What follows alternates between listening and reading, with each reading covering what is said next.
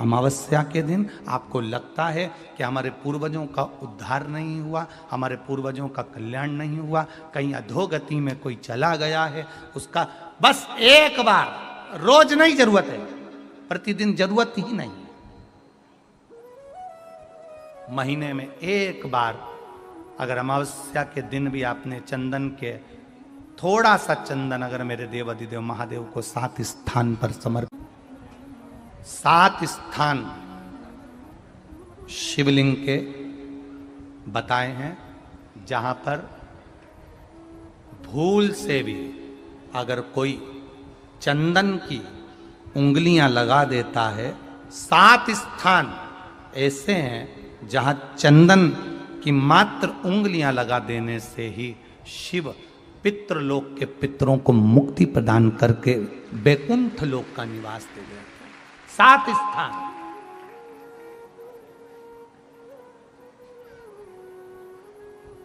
और वो 7 स्थान जो चंदन के बताए गए हैं, पहला भगवान देवाधिदेव महादेव के शिवलिंग पर चंदन का लेपन, समझ लेना जरा बहुत अच्छे से। आपको लगता है स्वप्न में कोई मुर्दे दिख रहे हैं या कोई जल रहा है या कोई मर रहा है या कोई चला गया है, ऐसा भय लगता है, बच्चों को मानी भेजूंगी ऐसा हो जाएगा, पति को मानी भेजूंगी ऐसा हो जाएगा, कोई हमारे कोई गलत तो नहीं कर रहा है, आपको लगता है। 7 स्थान चंदन के बताएं महाराज। पहला शिवलिंग, दूसरा जहां गणेश जी का स्थान है, मालूम है ना सबको, जम के बोलो जरा, मालूम है ना सबको, जहां गणेश जी का स्थान है वहां अलग से गणेश जी बैठे, वहां नहीं, शिवलिंग में जलाधारी के ठीक सामने राइट में गणेश, लेफ्ट में कार्तिकेय, बीच में अशोक सुंदरी। तो पहला चंदन बाबा के शिवलिंग पर, दूसरा गणेश जी पर चंदन की उंगली, तीसरा षडानंद कार्तिकेय पर चंदन की उंगली, चौथा अशोक सुंदरी पर चंदन की उंगली, पांचवा जलाधारी पर चंदन की उंगली, छठा जो शिवलिंग का जल बह रहा है इसके ठीक विपरीत की ओर चंदन की उंगली, और 7वां चंदन नंदी के मस्तक के ऊपर जो 2 सींग लगे रहते हैं उस पर चंदन की उंगली। ये कब लगाई जाती है, या तो पित किया है। अशोक यहाँ पर वर्णन कर रही है, मैना, धन्य और कला की कथा कह रही है। तीनों ने सनकादि ऋषियों से मांगा। चंदन भगवान को अति प्रिय होता है, और चंदन ही एक ऐसा होता है जो पितरों को भी प्रिय होता है, जिसका स्पर्श मात्र लगने से पूर्वजों का कल्याण हो जाता है, वो चंदन का साथ ही घर में यदि क्लेश उत्पन्न हो जाता है, आपका धन, आपकी प्रॉपर्टी, आपकी जमीन, आपका प्लाट, आपका दुकान, आपका पैसा, यदि किसी ने कब्जा कर लिया और छोड़ नहीं रहा, प्रत्येक अमावस्या के दिन पीपल के वृक्ष के नीचे जाकर 2 दीप लगाइए घी के। दोनों दीप के सामने एक हल्दी का चावल, एक कुंकू का चावल का दाना रख दीजिए, और स्वधा स्वधा स्वधा स्वधा 3 बार कह दो, और स्मरण करो, हे हमारे कुलदेव, पितृदेव, शिवदेव, महादेव, कृपा कर कर मेरा जो जमीन है, मेरा जो धन है, मेरी जो प्रॉपर्टी है, मेरा पैसा लोगों ने हथिया लिया, देते नहीं। अपना गोत्र बोलकर स्मरण कर कर बाबा मेरा धन मुझे वापिस ला कर दो। एक अमावस्या पर करो, फिर अगली अमावस्या करो, ऐसे 2-4 अमावस्या करोगे, जिसने ले रखा है वो खुद सोचेगा कि मुझे क्या हुआ, कि मुझे देना है, उसका पैसा चुकाना है, धन रखेगा नहीं। पितृ सुधा का नाम स्मरण करते से, जब हम सुधा सुधा सुधा सुधा कहते हैं, पितृ उसको स्वीकार करते हैं। जैसे अग्निदेव की धर्म पत्नी स्वाहा, क्या है, जम के बोलो जरा, स्वाहा। जब हम यज्ञ करते हैं, सांकल ले देते हैं, ओम वैष्णवे स्वाहा, स्वाहा बोलते से ही अग्नि देवता की धर्म पत्नी उस भाग को देवताओं को देती है। उसी तरह तर्पण, तिलांजलि, पिंड, तर्पण आदि जितने भी हम पितरों के लिए कर्म करते हैं उसमें हम स्वधा स्वधा बोलते हैं। जब स्वधा बोलते हैं तो वो स्वधा पितरों को भाग देती है और पितरों से कहती हैं ये मेरा बेटा दुखी है, इसको ये तकलीफ है, इसको ये कष्ट है, तुम इसका ये कष्ट पितृदेव मिटा दीजिए, महादेव की आज्ञा है, इसको सही कर दीजिए। करते श्रेष्ठ करते। ओम जयंती मंगलाकारिणी भद्रकाली कपालिनी दुर्गा क्षमा शिवा स्वाहा स्वधा नमोस्तुते। ओम जयंती मंगलाकाली भद्रकाली कपालिनी दुर्गा क्षमा शिवा धात्री स्वाहा स्वधा नमोस्तुते।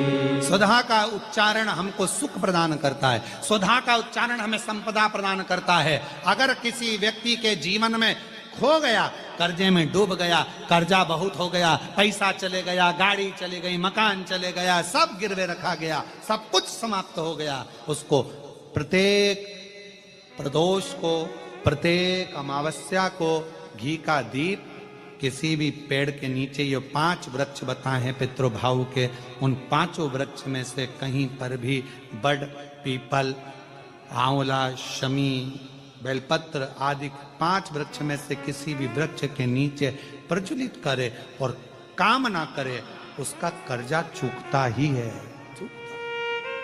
उच्चार महाराज शिव का उच्चार। और हे शंभु सरकार तेरी महिमा परंपार, तू जग का पालनहार, भोला कितना सुंदर हो, तुम कितने सुंदर हो। हे शंभु सरकार तेरी महिमा परंपार, तू जग का पालनहार, भोले कितने सुंदर हो, तुमने कितने सुंदर हो। तेरा रूप अजब निराला, कहलाए डमरू वाला, तेरा रूप अजब निराला, बोलो बोलो, कहलाए डमरू वाला, तेरा रूप अजब निराला, कहलाए डमरू वाला। कानों में बिछुअन माला, आँखों में तेज निराला, माथे पे चंद्र चंदा, माथे पे सोहे चंदा, तुमसे ही जगत का सारा। हे शंभु सरकार, खड़े नहीं होना, बैठे रहो। एक लाइन गाएंगे बस। कितने सुंदर हो, कितने सुंदर हो। हे शंभु सरकार तेरी महिमा परंपार, तू जग पालनहार, भोले कितने सुंदर हो, कितने सुंदर हो। तेरा रूप है अजब निराला, कहलाए डमरू वाला, तेरा रूप है अजब निराला, कहलाए डमरू वाला। कानों में बिछुअन माला, आँखों में तेज उजाला, कानों में बिछुअन माला, आँखों में तेज उजाला, माथे पे सोहे चंदा, माथे पे सोहे चंदा तुझ देह जगत का सार। हे शंभो सरकार तेरी महिमा परंपार तू है जग का आधार भोले कितने सुंदर हो, कितने सुंदर हो। हे शंभो सरकार तेरी महिमा परंपार तू है जग पालनहार भोले कितने सुंदर हो, कितने सुंदर हो। ओ भोले कितने सुंदर हो, ओ भोले कितने सुंदर। हार हार बड़े भाव से बाबा को प्रार्थना करिएगा। श्री शिवा नमस्तु श्री शिवा नमस्तु श्री शिवा नमस्तु श्री शिवा नमस्तु श्री शिवा नमस्तु श्री शिवा नमस्तु भोला सब दुख काटो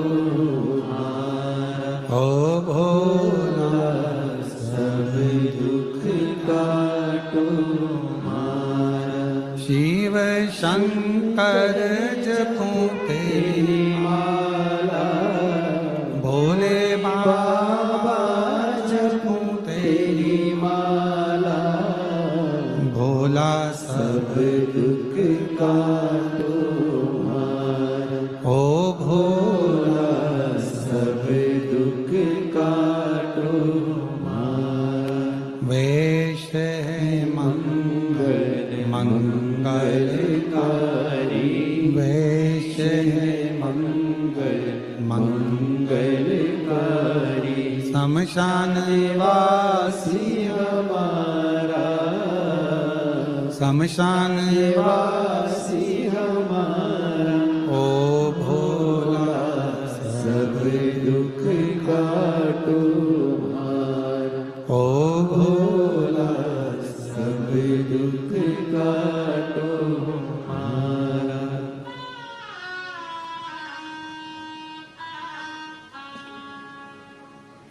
बाबा देवदेव महादेव भगवान शिव घरदानी त्रिकालदर्शी कैलाशी अविनाशी भगवान शंकर।